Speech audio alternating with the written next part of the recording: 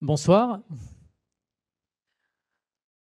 Alors que se joue en ce moment même une motion de censure à l'Assemblée nationale, nous avons le plaisir d'accueillir parmi nous ce soir à l'Université Paul Valéry, Michaël Zemmour, qui va nous parler justement de la question des retraites, et de tous les enjeux qui se jouent actuellement donc à l'Assemblée par rapport au texte de loi qui est proposé. Michaël, merci encore d'être présent parmi nous ce soir.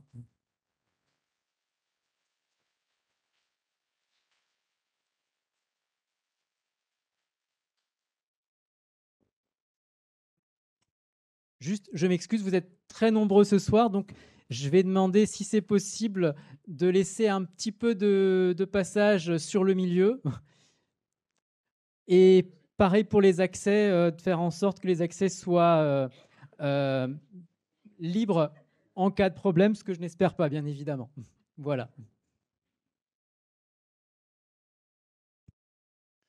Bonsoir à toutes et tous. Merci beaucoup de votre invitation. Quelle passion pour l'économie, incroyable. Bon, si jamais le gouvernement est renversé, vous me prévenez quand même que j'ai pas l'air d'un clown. Bon, ce que je vous propose, donc moi je suis enseignant-chercheur en économie. Mes travaux portent sur le financement de l'État social, dans une approche un peu d'économie politique, c'est-à-dire d'essayer de comprendre comment et pourquoi on a des trajectoires d'évolution de l'État social en général euh, qui évoluent. Et donc, ce que je vous propose, c'est de faire un espèce de topo introductif, pas trop long, une grosse demi-heure, 40 minutes en 3 temps. Une mise en perspective de cette réforme par rapport à l'histoire des retraites en France. Ensuite, le portrait robot de la réforme, qu'est-ce qu'il y a dedans? Et enfin, quelles sont les conséquences qu'on peut en attendre concrètement sur les différentes catégories de la population? Et puis après, une fois que j'aurai posé un peu ce décor-là, je vous propose d'avoir un temps d'échange ou de questions-réponses pour préciser un peu les éléments. Donc je donne ces éléments-là parce qu'évidemment, à la fois, je pense que c'est vraiment utile de revenir au fond et je vais vous dire pourquoi. Et en même temps, bien sûr, après, je ne sais plus combien de semaines de mobilisation, de mouvement social, de débat, il y a une partie de la question qui est toujours au fond de notre modèle social qui est en jeu, mais il y a aussi une partie de la question qui est devenue extrêmement politique et à juste titre et syndicale. Et donc, il y a des éléments que moi, je ne traite pas parce qu'ils ne me paraissent pas importants, mais parce que je les traite comme vous en tant que citoyen et pas comme économiste. Comme qu'est-ce qui va se passer maintenant.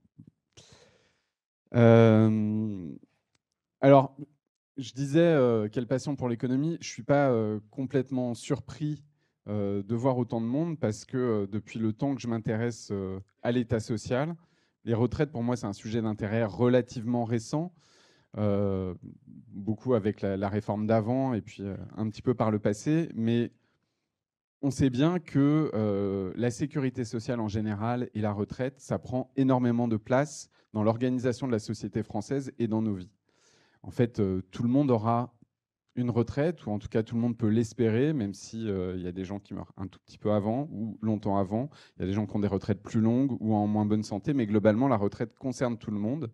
Et le temps qu'on passe à la retraite, c'est un temps qui aujourd'hui, en moyenne, est assez long. Et en fait, on a réussi, c'est un peu une réussite du XXe siècle, de mettre en sécurité sociale toute une génération pendant 2 dizaines d'années. Et ça, c'est une invention relativement récente qu'on peut dater des années 80-90 finalement. Une expérience qui marche bien, qui a un succès. Il y a aussi des limites, on va y revenir. Et donc, c'est pas étonnant que quand on propose de réformer ça, de réduire finalement ces droits, chacune et chacun se sentent concernés. Évidemment, il y a des aspects plus politiques, euh, de réaction face à un certain nombre de réformes sociales et de gouvernement, mais on est bien sur l'organisation de nos vies, de notre travail, de nos économies. Et donc, moi, je ne suis pas si surpris que ça de l'ampleur du mouvement, même si ça s'explique par plein d'autres choses. Alors, pour spoiler, hein, si vous avez trop chaud et que vous devez sortir, Je considère que la réforme qui est proposée, c'est une réforme qui est principalement destinée à faire des économies et à augmenter l'emploi des seniors, pas d'abord qui vient d'un diagnostic sur le système des retraites, et que par les caractéristiques qui ont été choisies, c'est une réforme qui va être dure, et dure d'abord pour les personnes aux portes de la retraite, même si elle va dans le temps concerner tout le monde. Et je vous expliquerai pourquoi et comment. Mais dans un premier temps, je voudrais remettre en perspective parce que des réformes des retraites, si vous avez un tout petit peu de mémoire des conflits sociaux, je vois qu'ils disent oui, c'est pas la première. Il y en a certaines qui sont faites sans mouvements sociaux, mais on peut citer rapidement réforme Balladur en 93, réforme Juppé en 95, retirée sur la partie retraite sous la pression du mouvement social, réforme Fillon en 2003, adoptée, réforme Fillon-Sarkozy en 2010, réforme Touraine en 2014, réforme Macron en 2019, qui est adoptée par un 49.3 mais n'est pas appliquée. Donc on en a un certain nombre. Et on peut avoir l'impression que finalement, c'est toujours la même litanie, le même jeu qui se rejoue. Et dans un article, mais qui reprenait d'autres choses d'avant, du Monde diplomatique, j'ai essayé de mettre en perspective cette question-là en disant que, bien sûr, la réforme qu'on a là, elle ressemble par certains aspects aux précédentes. On décale l'âge, on allonge la durée. Donc, en ce sens, c'est un peu pareil. Et en même temps, je pense qu'on peut dire que cette fois, c'est différent. Ou disons que depuis le début des années 2010, on est dans une nouvelle phase de l'évolution des réformes des retraites. En fait, quand on prend du recul, on a eu 3 temps de l'évolution des retraites en France depuis 1945. Vous avez sans doute en tête le Conseil national de la résistance qui fonde la sécurité sociale moderne, même s'il y avait des bribes de retraite avant, dans la fonction publique, dans les régimes spéciaux. En 1945, on met en place la sécurité sociale. Et donc une retraite par répartition pour les salariés, les ouvrières, les ouvriers notamment. Et c'est vrai que ce geste de 1945, il est fondateur, il est important, mais il faut aussi avoir en tête qu'en 1945, ce n'est pas la retraite qu'on connaît aujourd'hui. D'abord, les taux de remplacement, c'est-à-dire la part de son salaire qu'on garde quand on va à la retraite, sont beaucoup plus faibles. C'est des retraites, aujourd'hui on appellerait ça quasiment des minima sociaux. Je crois qu'à l'époque, le taux de remplacement est de 40% du salaire. Donc c'est beaucoup plus faible qu'aujourd'hui. Ensuite, tout le monde n'atteint pas la retraite. La retraite à taux plein, dans ces années-là, c'est 65 ans. Et puis quand on l'atteint, c'est pas en très bonne santé, et puis on reste pas longtemps à la retraite. Et en fait, l'expérience de la retraite qu'on connaît, ce que veut dire la retraite pour nous, ça s'invente dans tout le second XXe siècle, et particulièrement à partir des années 70. Alors c'est vrai en France, puis mon collègue Bruno Palier vous dirait que c'est aussi le cas un peu partout en Europe. En fait, on a une phase de progrès, à la fois parce qu'on a de plus en plus de salariés, de moins en moins d'indépendants, d'artisans et commerçants, donc de plus en plus de personnes qui ont des droits à la retraite, et puis on fait des réformes de retraite en positif. Dans les années 70, y compris sous des gouvernements de droite, les réformes des retraites, elles ne sont pas destinées à raccourcir la retraite ou à la diminuer, mais on a une série de réformes qui augmentent les taux de remplacement, qui généralisent la complémentaire retraite pour les salariés du privé, qui augmentent le niveau des retraites. Et puis on a donc cette phase de montée en charge des retraites avec une extension du salariat, un allongement aussi de la durée de vie qui prolonge l'expérience de la retraite. Et le dernier temps de ça, c'est la retraite à 60 ans en 1982. En 1982, le gouvernement socialiste institutionnalise le droit à la retraite à partir de 60 ans à taux plein pour les personnes qui ont leurs 37 ans et demi de carrière. Une pratique qui existait déjà en fait à la fin des années 70, mais qui est généralisée. Et donc on a toute une première période de réforme des retraites qu'on pourrait appeler en positif, et qui va fonder ce qu'on connaît aujourd'hui. Et puis après, il y a ce qu'on appelle en économie le tournant néolibéral, c'est-à-dire en fait un changement de régime macroéconomique où on passe d'un monde ou de politique publique plutôt keynésienne, à la fois qui s'appuie et qui génère de la croissance, et pendant lequel se développe l'État social. Donc ça, c'est toute la partie post-Seconde Guerre mondiale. À partir de 1980, on a un tournant néolibéral, un tournant de la rigueur. Et à ce moment-là, de la même manière qu'il y a une pression sur les salaires qui s'organisent, vont se mettre en place toute une série de réformes des retraites, mais qui vont diminuer les droits individuels. C'est la litanie des réformes dont j'ai parlé. À partir de 93, la réforme Balladur, On va calculer les retraites des salariés du privé sur les 25 meilleures années au lieu des 10 meilleures années. On va changer le mode d'indexation des retraites. Après que les pensions aient été liquidées, elles vont être revalorisées moins vite que les salaires et donc elles vont avoir tendance à se dégrader. Dans le calcul de la retraite aussi, on va changer les modes d'indexation et puis on va passer à 40 années de retraite de cotisation pour avoir une retraite à taux plein. Ça, c'est en 1993. Donc la première réforme, finalement, même s'il y avait eu des choses en 87, qui va commencer à durcir les droits.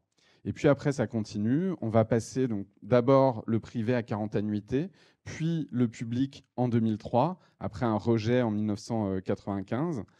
Et puis en 2010, une nouvelle réforme, j'en parlais, on va passer progressivement à 42 années de cotisation pour avoir une retraite à taux plein. Je reviendrai sur ce que ça veut dire. À partir de 2010, on décale l'âge minimal de la retraite de 60 à 62 ans, à un rythme rapide. Et donc, on a toute cette phase de durcissement des conditions pour avoir une retraite. Et pourtant, pendant cette phase, on ne peut pas dire que c'est une pure dégradation. Pendant cette phase, on continue à observer une forme de progrès social. Je vous explique pourquoi. D'un côté, on a des réformes qui sont destinées à faire des économies, à freiner la hausse des dépenses. Et pour une personne donnée, si vous prenez exactement la même personne en 2006 ou 2007 par rapport à une personne en 1983, c'est sûr qu'avec la même carrière, elle a une moins bonne retraite. Donc vous prenez un ouvrier masculin, on a passé sa durée de carrière de 37 ans et demi à 40, on a changé le mode de calcul à la retraite, donc on a durci le calcul des droits. Mais en même temps, les personnes qui arrivent à la retraite dans ces années-là ont eu des meilleures carrières, ont connu des phases de croissance pendant qu'elles étaient au travail. Les femmes ont eu des taux d'emploi bien supérieurs à leurs mères, et donc elles ont acquis des droits propres à la retraite. Et en plus, l'espérance de vie s'est allongée. Et donc on a ce paradoxe, à la fois d'avoir eu des réformes destinées à empêcher la hausse des dépenses de retraite, ou en tout cas à la freiner, mais en même temps une phase d'amélioration globale qui, selon les situations, peut avoir des effets ambigus, mais qui, globalement, fait que la retraite, en moyenne, a continué à s'améliorer jusqu'au début des années 2010. C'est-à-dire que le niveau de vie relatif des retraités, au début des années 2010, il est comparable au niveau de vie des actifs. Les retraités touchent toujours moins d'argent que les actifs. En gros, 2/3, une retraite, en moyenne, c'est 2/3 d'un salaire en moyenne. Simplement, les retraités ont moins d'enfants à charge. En général, ils ou elles sont propriétaires de leur logement, même si ce n'est pas le cas de tout le monde. Et donc, le niveau de vie des retraités est devenu comparable à celui des actifs. Et puis, la retraite n'a pas cessé de s'allonger jusqu'à cette période-là. Et donc, sans dire que c'était un âge d'or, on atteint vraiment ce moment où la retraite, c'est un temps long, où on est mis en sécurité sociale et où on peut ne vivre que de sa retraite. En France, 80% des retraités ne vivent que de leur retraite et de la propriété de leur logement. Il n'y a pas besoin d'avoir une retraite par capitalisation à côté. Et donc, toute cette période-là, il y a eu ce double effet à la fois de réforme libérale, mais en même temps d'une dynamique de progrès et de croissance et d'augmentation du taux d'emploi des femmes, qui fait que, globalement, ça a continué à s'améliorer. Et à partir des années 2010, je pense qu'on peut objectivement dire qu'on est sur un toboggan qui descend et on est sur une marche en arrière sur le progrès social. Ce n'est pas que le système de retraite disparaît, mais on a vraiment un tournant, on n'a plus l'amélioration. Sur au moins les deux indicateurs que je vous ai donnés, le niveau de vie relatif des retraités a commencé à se dégrader. Alors ça ne veut pas dire que les retraités d'aujourd'hui sont plus pauvres que ceux d'il y a 10 ans, mais ça veut dire que par rapport à la population active ou par rapport à leur salaire de quand ils étaient en emploi, ça a commencé à se dégrader, notamment sous des mesures comme la hausse de la CSG en 2018 ou la désindexation des retraites, c'est-à-dire qu'on les revalorise moins que les prix certaines années, sous le gouvernement Hollande ou sous le gouvernement Macron. On a commencé à avoir une dégradation du niveau de vie des retraités. Et surtout, sous l'effet des réformes qui ont déjà été passées, on sait que si on n'a pas de réforme en positif, les personnes qui vont partir à la retraite dans 10 ans, 20 ans, 30 ans, vont avoir un niveau de vie à la retraite nettement moins favorable par rapport au reste de la population qu'aujourd'hui. En fait, si on n'a pas de réforme en positif des retraites, ce qui est programmé, ce que projette le Conseil d'orientation des retraites, C'est un niveau de vie à la retraite où on franchit une marche d'escalier quand on passe à la retraite, un peu comme c'était le cas au début des années 80.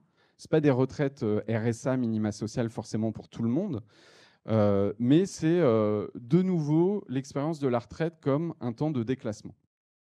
Donc, on est plutôt en haut du toboggan de la baisse du niveau de vie à la retraite.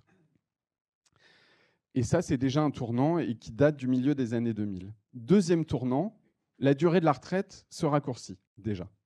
Alors, vous avez sans doute en tête cette phrase « On vit plus vieux, il est donc normal de travailler plus longtemps ». Il faudrait revenir sur chacun des mots, parce que ce n'est pas travailler pour tout le monde, etc. Mais effectivement, l'espérance de vie s'allonge. Et on peut avoir le débat, est-ce que quand l'espérance de vie s'allonge, il faut rester plus longtemps en emploi ou est-ce qu'il faut libérer davantage de temps pour la retraite, pour le temps libre? Simplement, ce n'est même plus la question dans laquelle on est, puisque justement, depuis le début des années 2010, on a décalé la retraite plus vite que les gains d'espérance de vie. Ce qui fait qu'aujourd'hui, avant la réforme, quelqu'un qui part à la retraite de la génération 1960, donc quelqu'un qui a pu partir l'an passé, par exemple, à 62 ans, on lui prédit 1 an de retraite en moins que quelqu'un parti 10 ans plus tôt.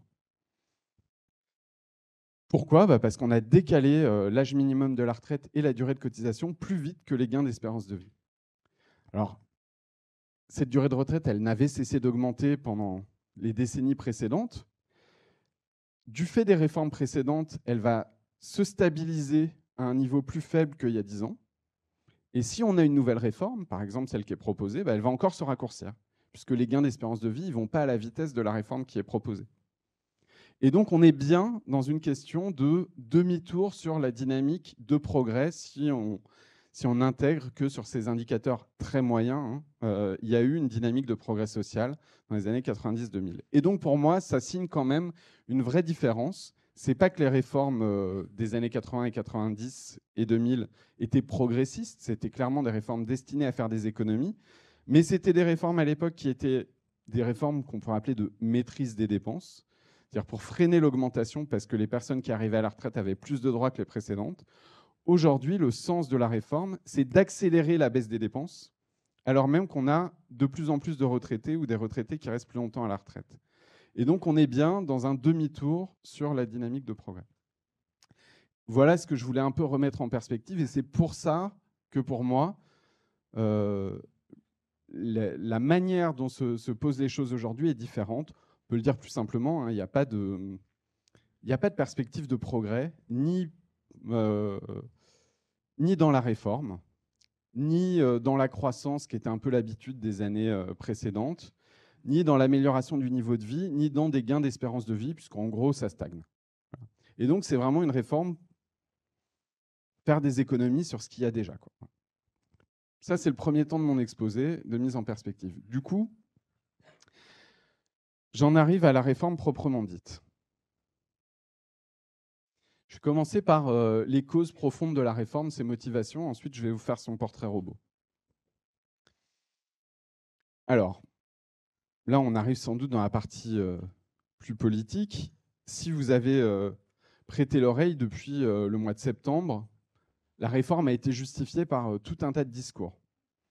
Ça a été un moment pour financer l'éducation, un moment, s'il y avait la grève, on n'allait plus avoir d'eau ni d'électricité.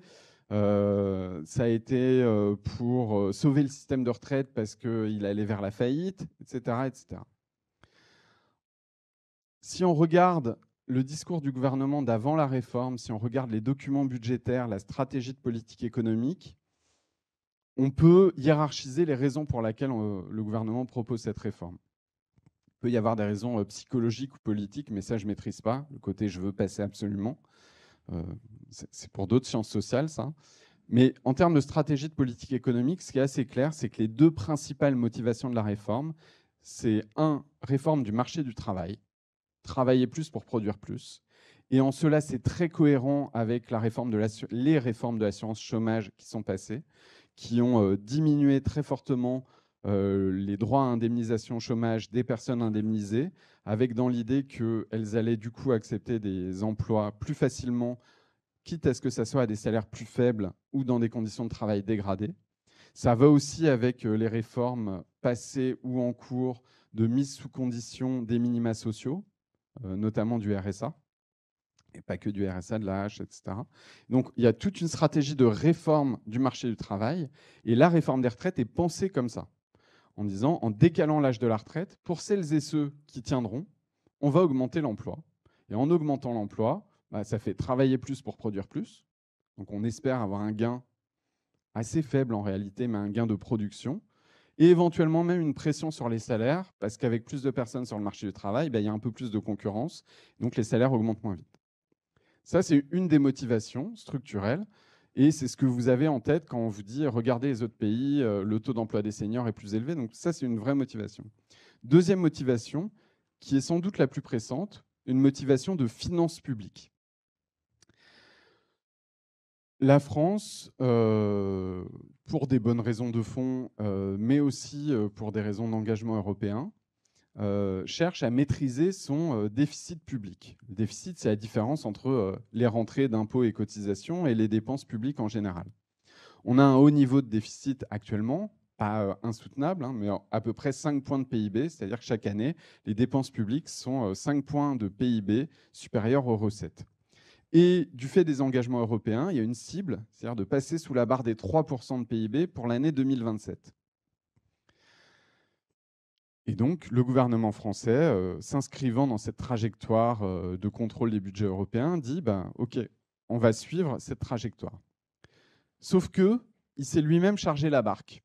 Alors, il a dépensé beaucoup dans le cadre du quoi qu'il en coûte, qui n'est pas tout à fait fini, qui a plein d'aspects, à la fois l'aspect énergétique, l'aspect crise du Covid, etc.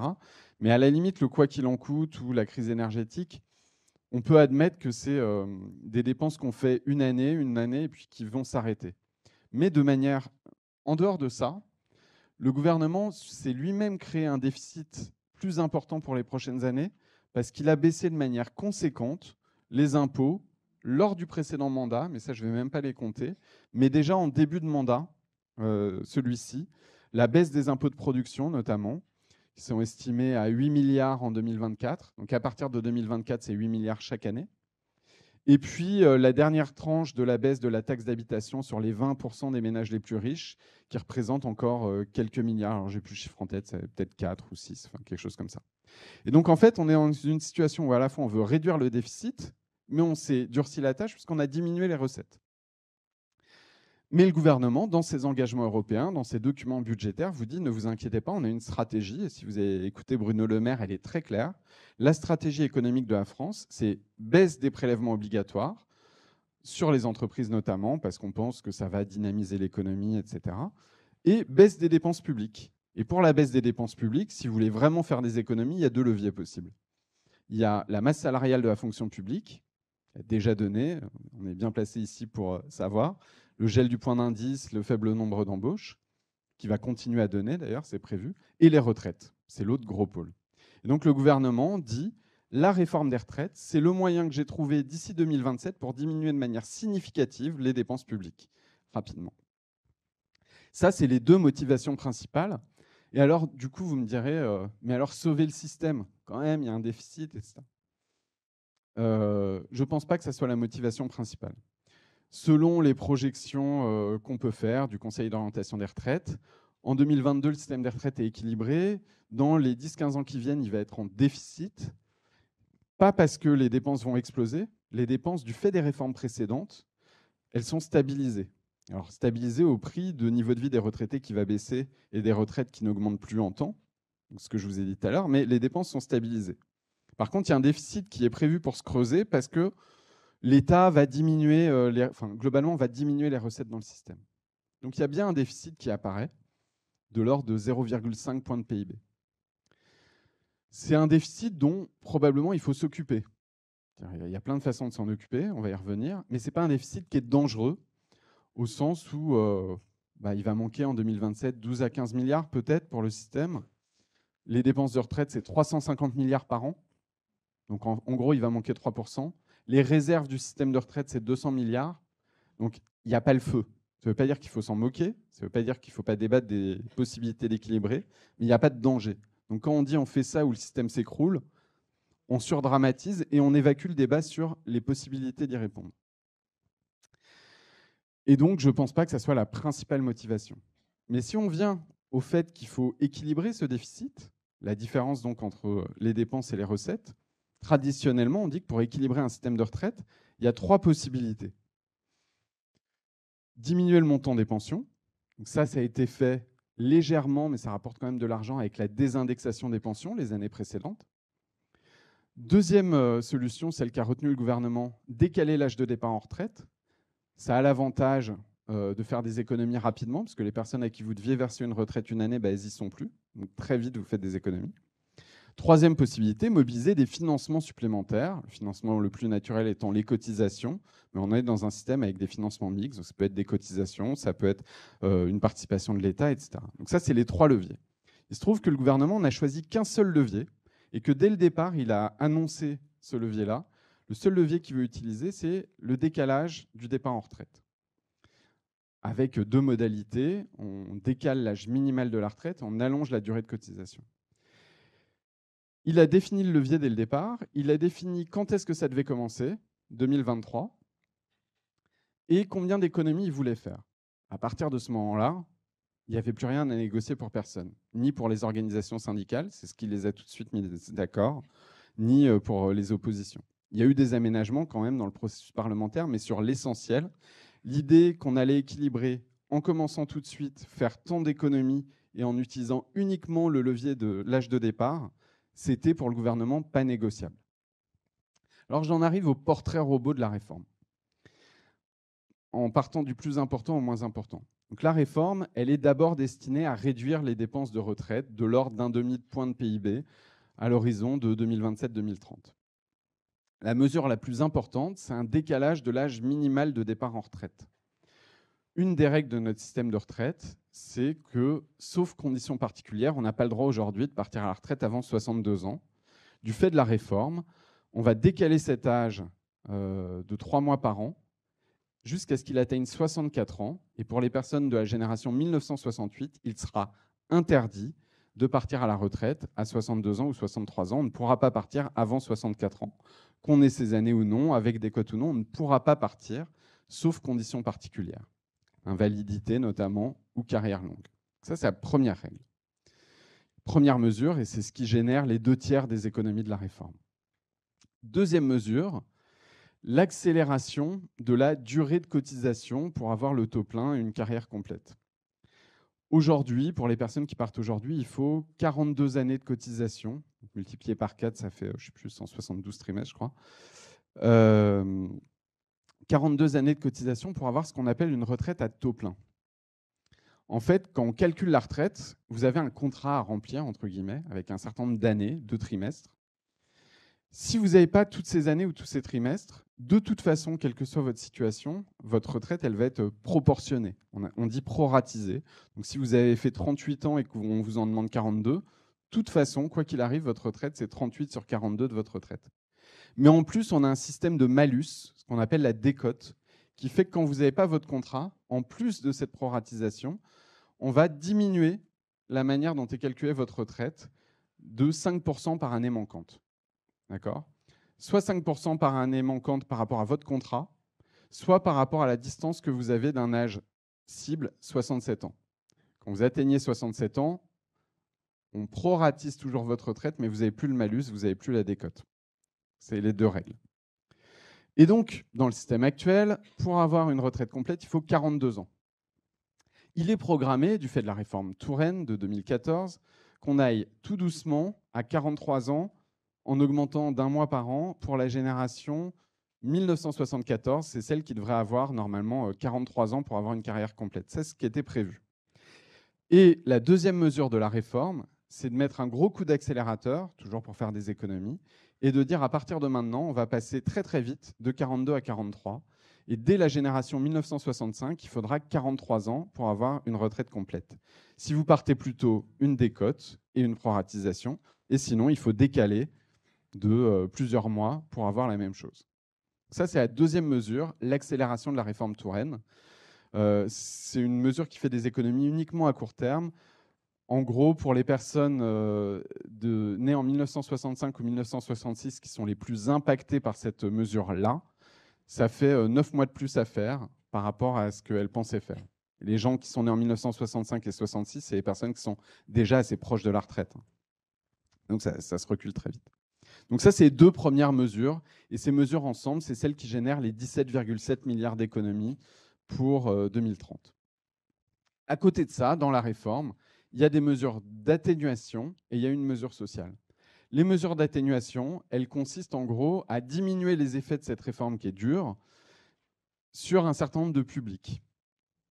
Principalement les personnes en invalidité, avec qui la précédente réforme avait été très dure, puisque les gens en invalidité, on leur avait dit bah, vous êtes en invalidité, mais vous ne pourrez pas partir à la retraite à 60 ans, vous allez aller jusqu'à 62.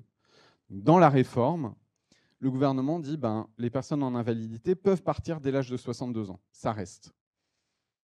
Vous conviendrez avec moi que ce n'est pas une avancée sociale, mais le gouvernement en est très fier parce que ce n'est pas une dégradation directe pour ces personnes-là. Cela dit, ça peut quand même porter une dégradation sur leur montant, parce qu'elles sont aussi concernées par le passage à 43 ans. Je ne rentre pas dans les détails, mais donc il y a des mesures d'atténuation, c'est-à-dire qu'on permet aux personnes en invalidité de partir quand même à 62 ans et pas à 64. Il y a d'autres mesures d'atténuation, notamment pour les carrières longues. Alors ça, il en a été beaucoup question dans les débats parlementaires. C'est sans doute la principale évolution depuis le début du texte. Au stade où on en est aujourd'hui, on peut dire que ils ont modifié un peu le dispositif des carrières longues. Une carrière longue, qu'est-ce que ça veut dire? Ça veut dire avoir commencé tôt, voire très tôt à travailler.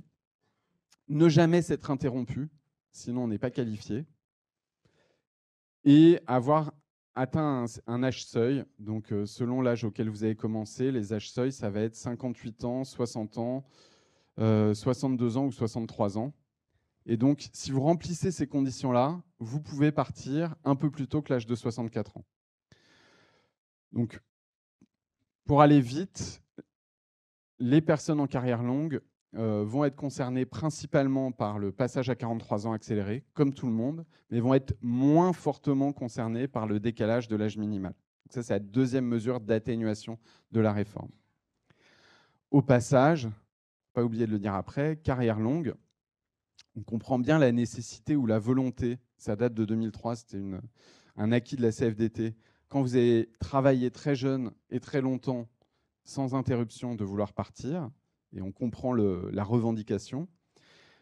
D'un autre côté, la construction de ce dispositif exclut, à l'inverse, toutes les personnes qui se sont interrompues, qui ont été malades, qui se sont arrêtées un moment pour avoir des enfants. Et donc, en pratique, à la fois, c'est un dispositif qui protège des personnes qui ne se sont jamais arrêtées, mais en même temps, ce n'est pas un dispositif qui protège particulièrement les personnes qui ont les pensions les plus faibles. Et c'est un dispositif très masculin. 2 départs sur 3 en carrière longue, c'est des hommes.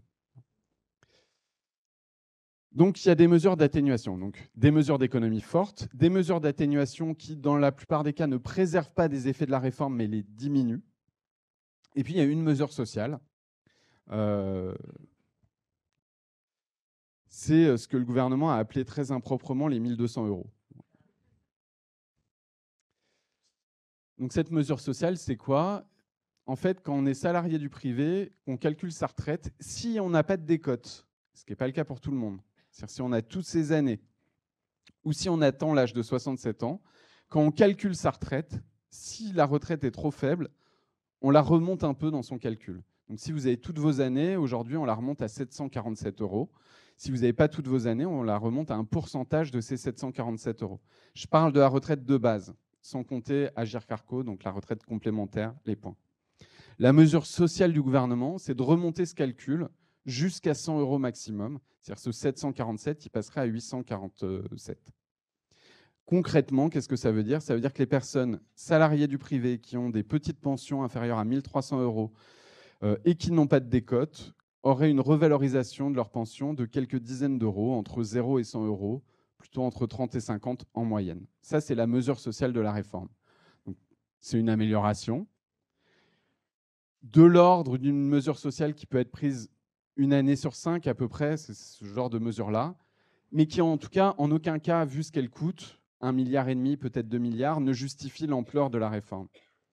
Et là où le gouvernement a été manipulateur, pour le dire poliment, c'est qu'il a laissé entendre que cette mesure était différente de son contenu, c'est-à-dire qu'il s'agissait d'une retraite minimum garantie à 1 200 €. C'est évidemment pas le cas. ça serait sans doute une bonne idée d'avoir une retraite minimum garantie à 1 200 €, parce qu'aujourd'hui, vous avez à peu près vous avez 5 millions de personnes qui sont sous les 1 200 € bruts de retraite de droit direct, majoritairement des femmes, évidemment.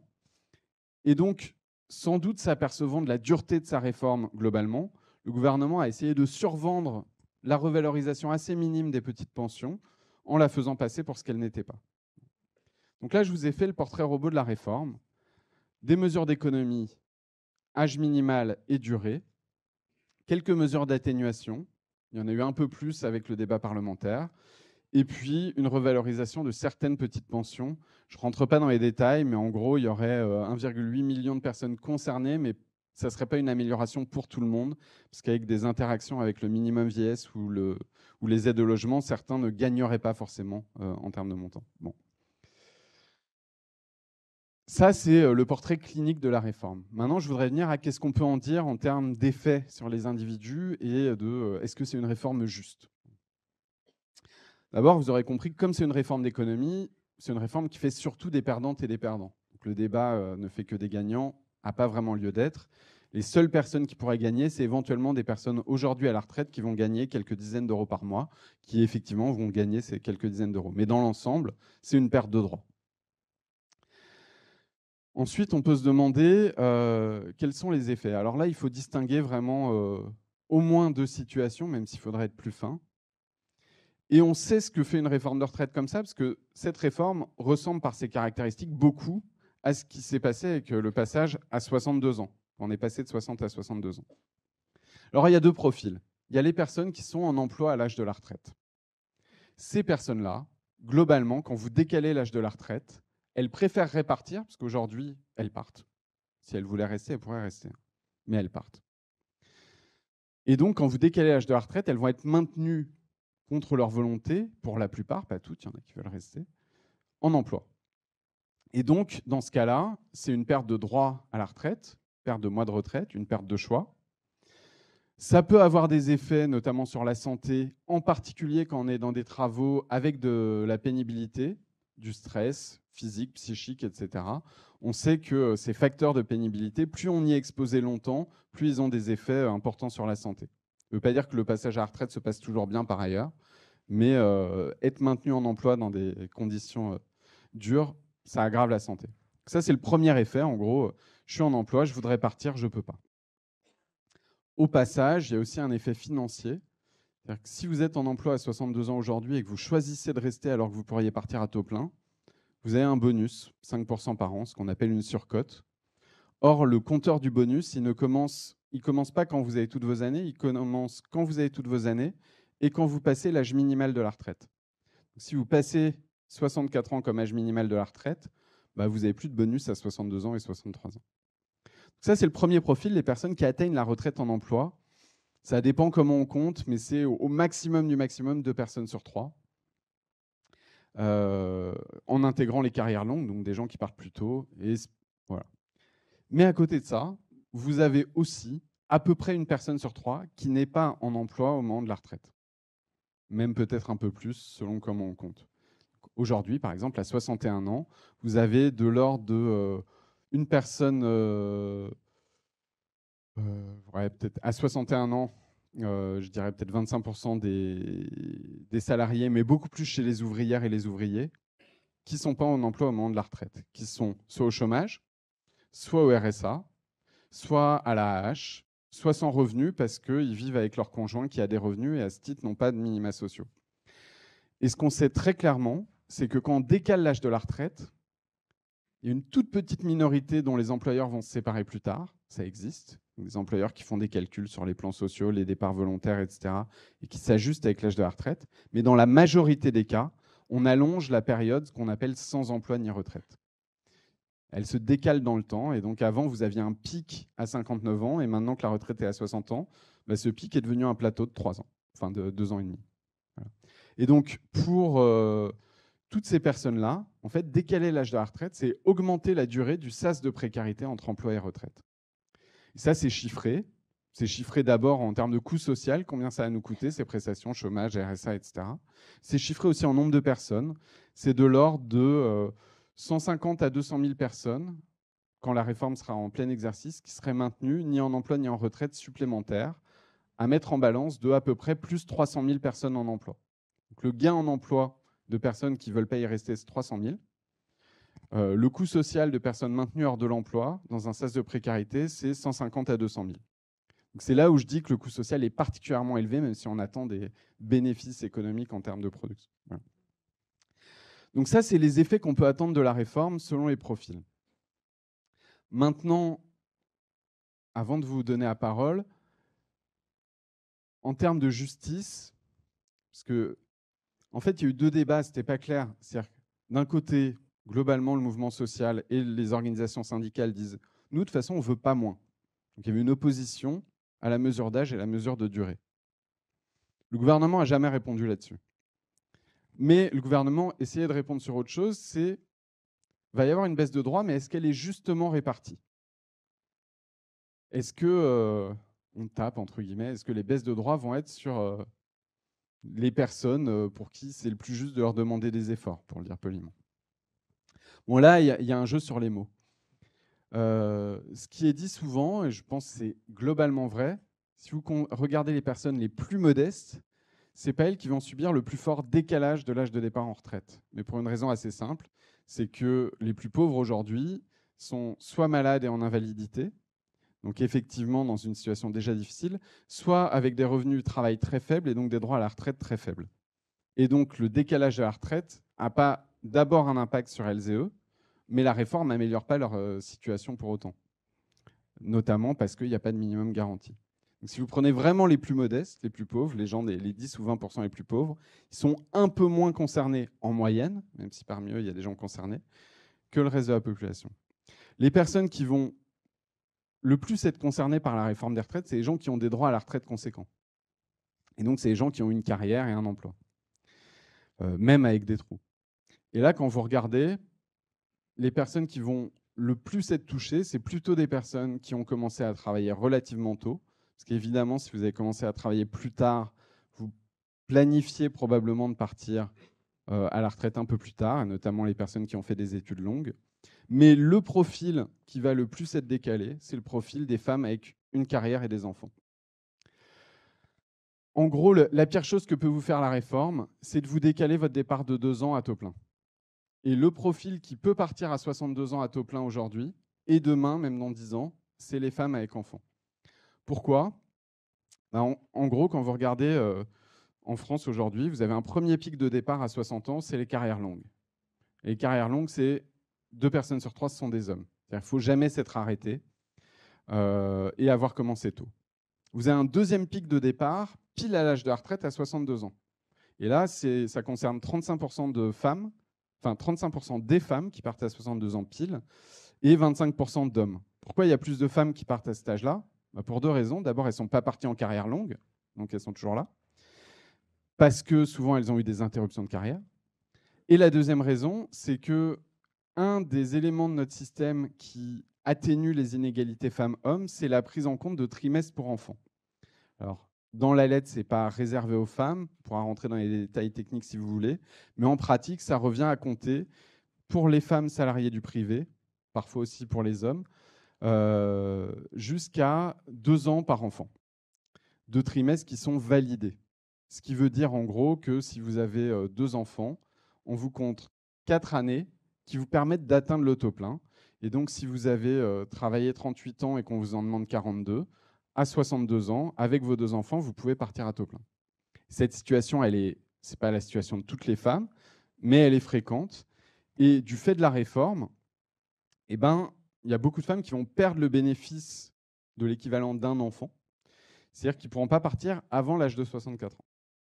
Donc concrètement, aujourd'hui, quand on est dans cette situation-là, c'est-à-dire de pouvoir partir à 62 ans à taux plein, on a 2 possibilités, soit partir à taux plein, soit rester et avoir 2 ans de surcote, donc plus 10%. Du fait de la réforme, la première possibilité disparaît. Il est interdit de partir à 62, à 63, on est obligé de partir à 64. Dans la version initiale de la réforme, on perd aussi les 10% de surcote qu'on avait à rester. Mais suite aux négociations entre le gouvernement et les Républicains, ils ont remis la moitié, c'est-à-dire 5% de surcote. Donc là, le résultat final, c'est un décalage de 2 ans pour à peu près une femme sur 3 mais avec une perte de montant plus faible que ce qu'elle aurait pu être été dans la version initiale de la réforme. Alors, le montant avec lequel on part est plus élevé qu'aujourd'hui, mais pas beaucoup plus, et moins que ce qu'on pourrait avoir si on avait choisi aujourd'hui de rester. Voilà, j'ai été très long, j'ai sans doute excédé de loin mon temps. Non, pas tant que ça. Mais je vais vous rendre la parole. En conclusion, ce qu'on peut dire, c'est que c'est une réforme dure qui, par les modalités choisies, va concentrer dans un premier temps tous les efforts financiers sur les personnes au port de la retraite. C'est-à-dire qu'on a 17 millions de retraités, on a 27 millions d'actifs, mais jusqu'en 2030, on va demander 17 milliards d'efforts, même si une partie est redistribuée par les mesures d'atténuation, aux personnes de 55 ans et plus, et on va leur demander comment, en restant plus longtemps, soit au chômage au RSA, soit en emploi, mais en tout cas pas à la retraite. Et du coup, ça a des effets très forts. Vous pouvez avoir en tête une personne qui a 60 ans aujourd'hui, elle pensait partir dans 2 ans pile, c'est dans 2 ans et 9 mois. Voilà. Donc ça, c'est des personnes qui sont vraiment proches de la retraite. Ou alors une personne qui est née en 68, quand elle a commencé à travailler, la retraite c'était à 60 ans au bout de 37 ans et demi de carrière. Si la réforme passe, ça sera 64 ans et 43 ans de carrière. 42 ans, 3/4. Donc voilà un petit peu le portrait de la réforme et je vous rends la parole pour qu'on puisse échanger.